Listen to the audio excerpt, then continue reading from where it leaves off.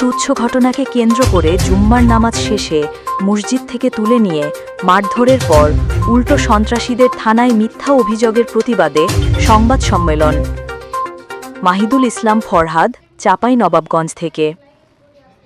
চাঁপাইনবাবগঞ্জে তুচ্ছ ঘটনাকে কেন্দ্র করে জুম্মার নামাজ শেষে মসজিদ থেকে তুলে নিয়ে মারধরের পর উল্টো সন্ত্রাসীরা থানায় মিথ্যা অভিযোগ দেওয়ার প্রতিবাদে সংবাদ সম্মেলন অনুষ্ঠিত হয়েছে। সোমবার ২৭ অক্টোবর ২০২৩ দুপুর ১২টার সময় মডেল প্রেস ক্লাব চাঁপাইনবাবগঞ্জের হল রুমে সংবাদপত্র এজেন্ট মোহাম্মদ আব্দুল কাদের ৪৮ এই সংবাদ সম্মেলন করেন। সংবাদপত্র এজেন্ট কাদের এক লিখিত বক্তব্য বলেন, গত ২৫ অক্টোবর ২০২৫ তুচ্ছ ঘটনাকে কেন্দ্র করে জুম্মার নামাজ শেষে মসজিদ থেকে আমার ছোট ভাই সানাউল্লাহকে তুলে নিয়ে গিয়ে মারধরের পর উল্টো সন্ত্রাসীরা আমাদের বিরুদ্ধে থানায় মিথ্যা অভিযোগ দায়ের করেন। আমি অভিযোগের নিন্দা জানাচ্ছি। সেই সাথে আপনাদের জানাতে চাই, উক্ত সন্ত্রাসীরা নামও রাজারামপুর এলাকার চিহ্নিত কিশোর গ্যাং। তারা তুচ্ছ ঘটনায় সাধারণ মানুষের গায়ে হাত তোলে বাড়িঘরে হামলা চালানো সহ এলাকায় ত্রাস সৃষ্টি করে রেখেছে। আমার ছোট ভাই সানামুন্নার হকের মাছ মারার ঢলিমন নামক জিনিস হারিয়ে যাওয়ায় খোঁজ সন্ধান করে জানতে পারেন যে রনির নিকট তা রয়েছে। তখন আমার ছোট ভাই সানাউল্লাহ রনির নিকট চাইতে গেলে তাদের মধ্যে কথা কাটাকাটি হয়। কথা কাটাকাটির এক পর্যায়ে উপরোক্ত সকল হামলাকারীরা আমার ছোট ভাই সানাউল্লাহর এর সহিত মারমুখী আচরণ করিলে সে সানাউল্লাহ দৌড়ে তার বাড়িতে চলে যায়।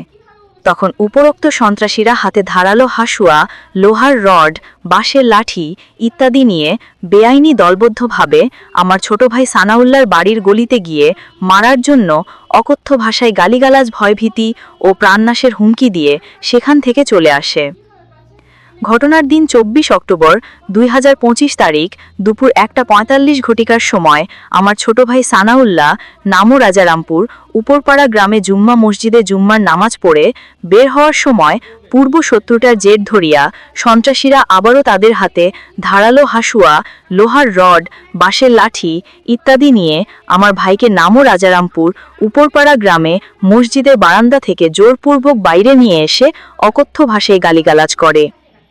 আমার ভাই মানা নিষেধ করিলে বিবাদীগণ ক্ষিপ্ত হয়ে হামলাকারী ইমরান আলী হাইফতের হুকুমে আলামিন ও মোস্তাকি মন্নয় হাতে থাকার লোহার রড দ্বারা আমার ছোট ভাই সানাউল্লাহকে হত্যার উদ্দেশ্যে আঘাত করিলে উক্ত আঘাত সানাউল্লাহর নাকের উপর লেগে নাকের হাড় ভেঙে ফেটে রক্তাক্ত জখম হয়। আব্দুল আহাদ আমার ভাইকে বাঁশের লাঠি দ্বারা এলোপাথারিভাবে আঘাত করিয়া বুকে পিঠে রক্তাক্ত জখম করে। রনি আমার ছোট ভাইয়ের মাথা বরাবর আঘাত করিলে আমার ভাই বাম হাত দিয়ে আত্মরক্ষা করিলে উক্ত আঘাত আমার ভাইয়ের বাম হাতের কবজির উপর লেগে হাড় ভাঙ্গা গুরুতর জখম হয়।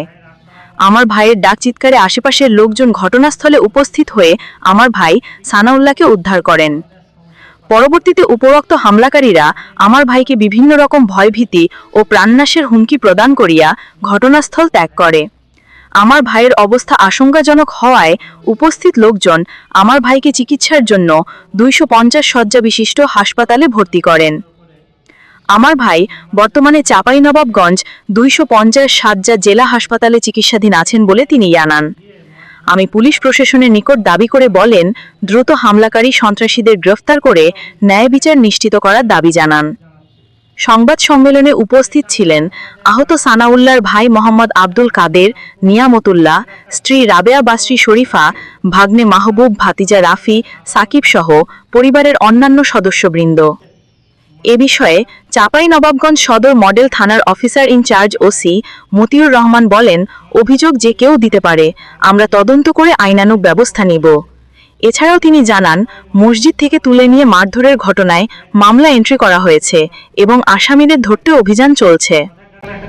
এক পর্যায়ে উপরোক্ত সকল হামলাকারীরা আমার ছোট ভাই মোহাম্মদ সানাউল্লাহ এর সহিত মারমুখী আচরণ করিলে মোহাম্মদ সানাউল্লাহ দৌড়ে তার বাড়িতে চলে যায়।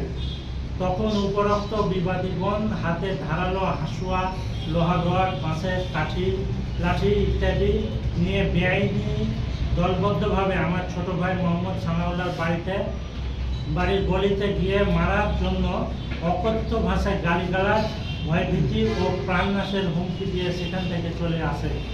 ঘটনার দিন 24/10/2025 তারিখ দুপুর অনুমান 1:45 ঘটিকার সময় আমার ছোট ভাই মোহাম্মদ সানাউল্লাহ 36 নামরাজামপুর উপরপাড়া গ্রামে জুম্মা মসজিদে জুম্মার নামাজ পড়ে বের হওয়ার সময় পূর্ব শত্রুতার জেরে জেট ধরিয়া সন্ত্রাসীরা আবারও তাদের হাতে ধারালো হাসুয়া, লোহার রড, বাঁশের লাঠি ইত্যাদি নিয়ে আমার ভাইকে নামরাজামপুর উপরপাড়া গ্রামে মসজিদের বারান্দা থেকে জোরপূর্বক বাইরে নিয়ে এসে অকাথ্য ভাষায় গালিগালাজ করে।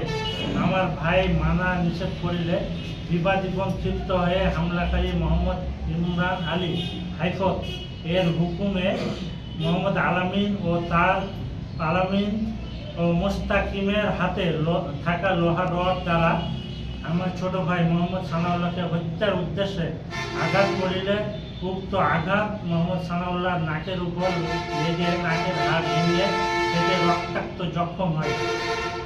মোহাম্মদ আব্দুল আহাদ আমার ভাই মোহাম্মদ সানাউল্লাহকে বাঁশের লাঠি দ্বারা এলোপাতাড়ি আঘাত করিয়া বুকে পিঠে রক্তাক্ত জখম করে।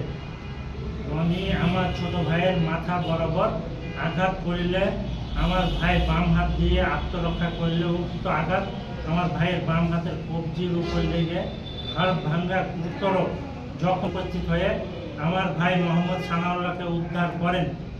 পরবর্তীতে উপরোক্ত হামলাকারীরা আমার ভাইকে বিভিন্ন রকম ভয়ভীতি ও প্রাণনাশের হুমকি প্রদান করিয়া ঘটনাস্থল ত্যাগ করে।